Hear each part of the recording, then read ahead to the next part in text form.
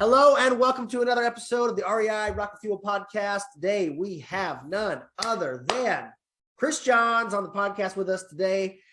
Someone I've come to know obviously through deals that he buys from us, someone that's become a hyperactive buyer and a great client that we love working with, and a friend of mine through the process as well. So Chris, thank you for jumping on the show today. Yeah, thanks for having me, Lawton. Of course, man. It's a good day for it. Like you said before we hopped on, you're kind of hunkering down today. It's a cool 11 degrees in Wichita today without the wind chill and a couple inches of snow on the ground. So it's a good day to hunker down and hop on a podcast. So thanks for making time for it. Absolutely. Cool. Only for you. Yeah. Okay.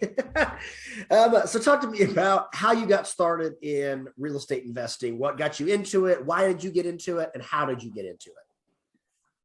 Okay. Well, my background is I got into real estate as a real estate appraiser.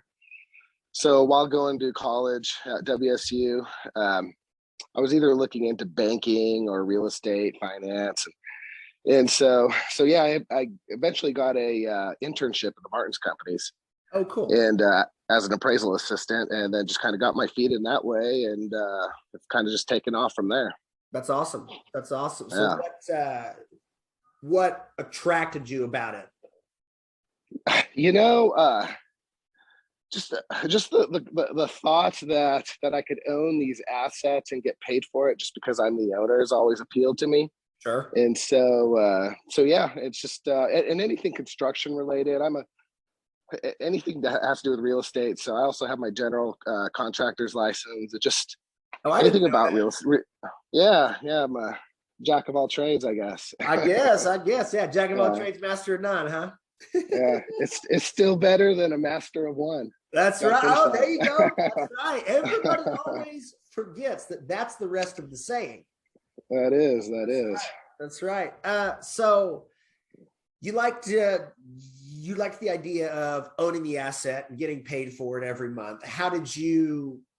What was the first deal that you got into? Was it a commercial building? Was it a single family? Was it a duplex? Was it? I know there's been a bazillion deals that you've done between over the last few years, but yeah. So the first deal that I got involved with, me personally, all on my own, was a residential deal.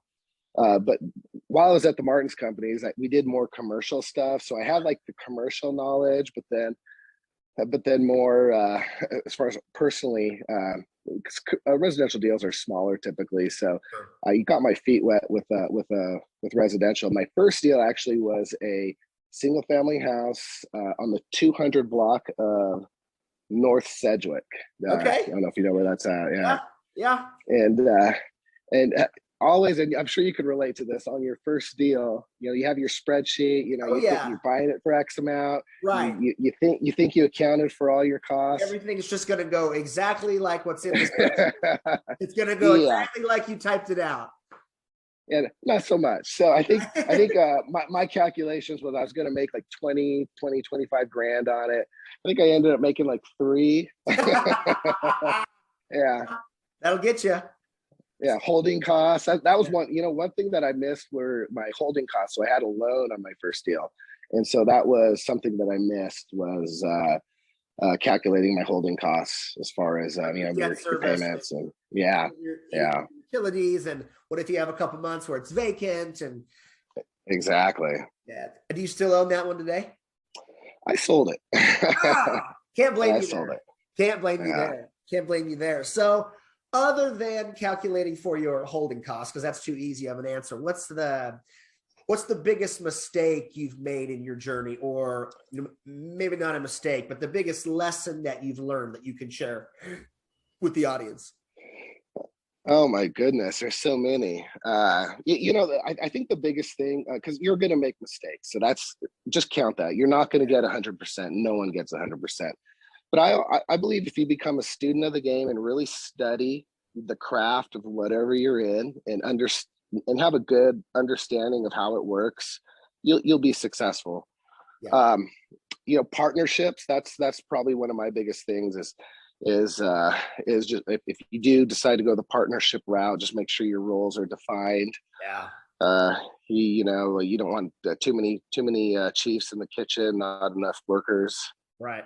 Um, yeah, that's yeah. Oh, another one on a commercial deal. So on a commercial deal, I did one thing that I overlooked on this deal was I overlooked the cost of the parking lot and side improvements. So you break down all the numbers. You're like, oh wow, I'm buying this building, this commercial building for you know $15 per square foot of building space, and that just seems like insanely good. But then you're like, oh, the parking lot's going to cost $200,000 to fix. Oh, okay. Yeah. Yeah. That So where's changes my that come numbers a little from? Right. I bit. mean, So that's yeah, a big mistake. People always ask yeah, me, or I guess not always, but I have been asked in the past several times about, why aren't you in commercial? Or like, how do I get started in commercial versus residential? Like, it just seems like the deals are yeah, way bigger, and the deals are way bigger, but so are the checks that you have to write. I mean, if you're a single family rental and you got to do a new driveway, you're $8,000 or $10,000, depending labor, material, yada, yada. You're 200 grand for a parking lot. So exactly, it's, exactly. it's the same math. It's just more zeros. 100%. Yes, yeah, exactly. And again, going back to understanding your environment, understanding, okay,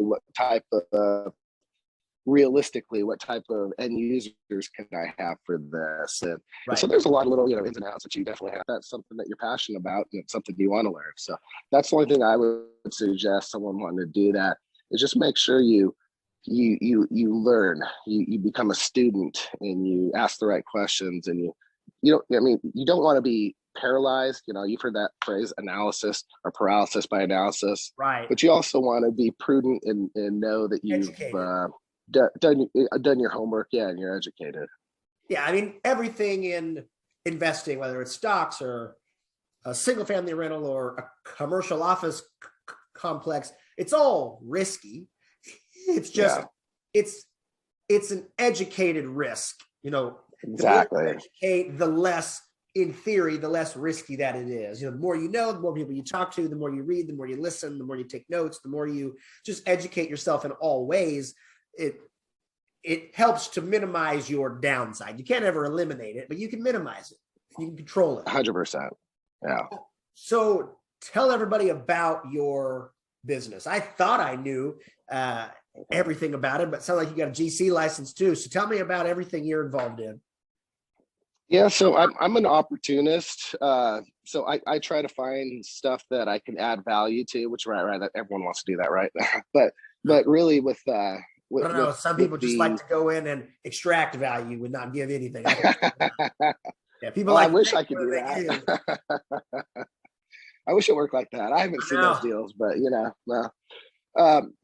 Yeah, I like to try to find stuff that there's a lot of issues with, so that hence having the GC license comes into play. So if something's half burnt down, or it requires a whole new roof, or requires some major construction, I love those deals because I Okay. can go in there, do it at cost, Sure. and that just goes to my bottom line. But I typically, most of my deals, I found a lot of deals through you. I know you've been sending me a lot of deals, and so I Sure. bought quite a few from you. I just look for stuff that I could make some money on. It just you break down each deal. You look at realistically what rents you can get, what are your realistic expenses are going to be, and if it makes sense on paper, I'll pull the trigger on it. That's I'm at the point where I'm just looking at deals pretty much all the time, and try to add more properties every day. Sure. Sweet.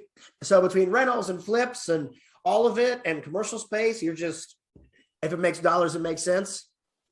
Yeah, and commercial. So I like to deal with when I say commercial, I like to deal with smaller commercial Gotcha. deals. So Not not really office like park. national type tenants or anything like Gotcha. that. So yeah. Gotcha. Cool. So where, I guess, what's the next 6 to 12 to 18 months look like for Chris Johns, for all of your holdings? Are you buying more rentals? Are you selling off because the market's at the top? I mean, what's it? I I'm guess in buy mode. next for Chris Johns. I'm in buy mode. So, you know, you have these not necessarily kind of goals that you uh, I would call them along the roadside, you know, kind of just micro markers along the roadside to see where you're at. And so my first goal was always to get to 100 units. Uh-huh. So then you get, you know, you reach that goal. Okay, now the next goal, let's try to get to 500. And so I'm just trying to grow, trying to find the right deals and yeah, add to them. So I guess my next goal is to get to 500. So we'll see if I get there. And I don't want to put a number like, you know, I'm going to get there within 6 months, because that's kind of an arbitrary. You don't want to force it to happen, but Right. as the deals flow, I'll eat them. Sure. Yeah. I mean, it's, I think a lot of people get caught up in a unit count, you know, even on their way to 10 or 50 or even 100 doors, they get caught up in a unit count and they can catch themselves just buying houses to buy houses because they said they were going to buy 50 units in a year and they have to do that. It's like, no, you don't. Like, you don't have to buy a house to buy a house. I mean, you're married to that thing. I mean, unless you got it for a song and your intention is to turn around and sell it. But if you're holding that thing and you paid holding on to it price, you're married to that thing. Like, someone's got to come bail you out. It's not like the stock. You can just wash your hands if it goes down. Someone's got to come save you, or you give it back to the bank, and that's never good. So yeah, it's we don't want to do that. A lot of people get caught up in just a unit count, I think. And you know, it's and I think it's fine, you know, having these goals, but you just don't ever want to just to get to the goal just to get the number. I mean, and you know this, you want every deal you have a box of, and every investor is different of what they like, areas, cash flow wise, return wise, what they want. You need to make your own box and make sure whatever you buy fits within that box. And as long as you can do that, you know, it's this is something you can hit repeat on, and in theory, not ever have to stop. Right. Absolutely. And that's at least from what I understand outside looking in, of course, that's essentially what you've built. Like the deals that we send to you, I mean, we know yay or nay pretty fast whether this fits in your box, because you're very strict and very disciplined with this is what I'm buying inside this box. If it's in this box, it works. If it's not, it's not. So exactly. And I mean, what do you credit staying so disciplined to that? Because a lot of people start out that way, but they don't end that way, or they lose that along the way. You know, they get bigger, so they think they got more money. So, you know, mistakes hurt a little less because they got more in the bank. What do you credit staying so disciplined to that all these years? You know, Lawton, you played sports when you're younger, right? You know that there's a proper way, there's a form to, you know, shooting your shot. There's a correct form to throwing a punch, throwing a kick, or whatever the game that you decide to play. And it's the same thing.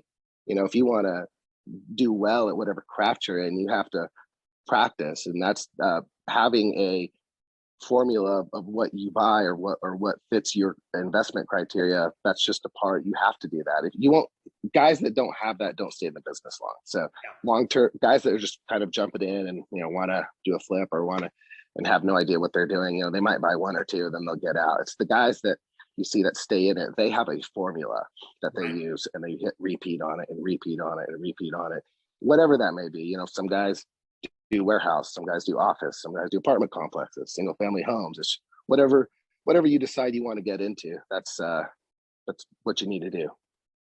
Well said. Whew, that's a soundbite right there. That's solid. I like that a lot. That's good. That advice is free, right? Okay, there you go. Next one's paid for. Yeah. Well, as we wrap up here, what's the best piece of advice you'd give to a new investor? Maybe they just bought their first deal or their first couple deals. They're in the game. They're off the fence. They're in the game. What's the best advice you'd give them? Keep at it. It's a marathon. It's not a long-term race. If they're already in it and they bought a few and they've sold a few and they were successful at it, there's no sense in changing the formula. Continue to do what you're doing. And then, you know, as you gain more skills, you might have more comfort level of okay, I think because I handled this property with this issue, I think I can handle this, you know, and then you can kind of expand if you'd want, or you don't have to. You could stick to your same formula. But I would just say be patient, long-term game, And once you start, if your goal is to get bigger and get more properties, once you start growing to about 50, 50 plus, that's when you start really seeing the benefits of, okay, this isn't just a hobby anymore, Yeah, this is so a legit business. yeah. Sweet. So patience would be my biggest advice. And then again, just become obsessed with it. Become obsessed with real estate, look at prices, study the market to where you'll know what a good deal is. And this as well, Lawton, the good deals don't last long. Like if there's a good deal, you better jump on it. Yeah. And so you also have to train your mind and train your analytical skills to be able to spot that, right, and immediately be able to pull the trigger. So yeah, have your infrastructure and have your criteria and have everything ready to go. That way, when you do spot a good deal, you have the confidence to jump on it, and you don't have to say, "Okay, I will buy that deal, but let me go over here and get this all ready." Oh, it's gone. It's sold to someone else. Exactly. It's sold to Chris Johns, who was ready to go. And you ain't got to get ready if you stay ready. I say it all the time. My wife and everybody at the office always harps on me. I mean, aside from today, for the people that are watching this on YouTube or watching the sound clip, I'm usually in a polo or a quarter zip. I always look like I'm going to the golf course. And they're always like, why do you dress like that? And it's, you ain't got to get ready if you stay ready. I mean, aside from today, it's 11 degrees. I mean, if it's the middle of June, maybe I am going to go golf today. You don't know. Lawton, you're a stud. You can dress in whatever you want. There you go. This is the kind of positivity I need. We need to do this more often. I'm going to have you on next month. What about for someone who's on the fence? Someone who wants to get in, they haven't done a deal, they're just now starting to train that analytical piece, whatever it is. They're scared, people have told them no, they think they need more money, they got to say whatever it is. What about someone who's on the fence? What would you tell them? If you're on the fence, if you're unsure about it, I would say I wouldn't do it if you're on the fence. I think you need to be sure. I mean, buying a property is a pretty big deal for most people. You're risking thousands of dollars. So if you think you want to do it or kind of think you want to, I would say no, don't do it. But wait until wait until you're confident on what you're doing. But I would recommend that if someone that wants to get into investments, I think it's a great way to make money. It's a great way to just challenge yourself. I'm sure you could relate to this too. That it's kind of fun just having something different to do every day, different challenges, and actually seeing your vision come to fruition. Seeing something that everyone overlooks as far as the condition goes, and then you seeing the opportunity there. I've seen some of your flips too. Amazing what you've done to those. So thanks, man. Yeah, we bought props. The last couple that we've bought were real shitholes. I mean, they were run down. These things needed a lot, but I mean, like you, I like a challenge. I mean, I love $60,000, $70,000 rehabs that we can that everyone else runs away from. I'm gung ho, but that comes from competence. If you would have come to me 3 years ago when I first got started and said, "Hey, there's this deal, the numbers look awesome," 3 years ago, me is not buying the same deals that I am today. Yeah. I knew that was outside my scope. That's way too much to bite off. That was totally out of the realm of possibility. So and that's awesome that you recognize that. And that's awesome that you recognize that hey, at this time, I'm not sure I want to tackle on having to do all those renovations and not, but exactly as you trade, as you get better, it's, analogy would be working out, as you hit the gym every day, you're able to do more weight. So same thing with your work environment. As you do more and more of these flips, you're able to handle more. You're able to realize, okay, I can do a little bigger project. And so I'm sure you've probably seen that too, where stuff starts snowballing for you. At first you start off with these, 1 or 2 units, and now you're, oh, wow, I'm doing all these now. So Absolutely. Well, Chris, I really appreciate you coming on. Once again, I'll let you go. I know you're busy hunkering down in your cozy house. You want to start the fireplace behind you. I can see it in your eyes. So I'll let you get after it going. I will let you get after it. I really appreciate it, and I'll see you out there. Thanks again. Yep. Thanks a lot and take care. Yep. See you, man.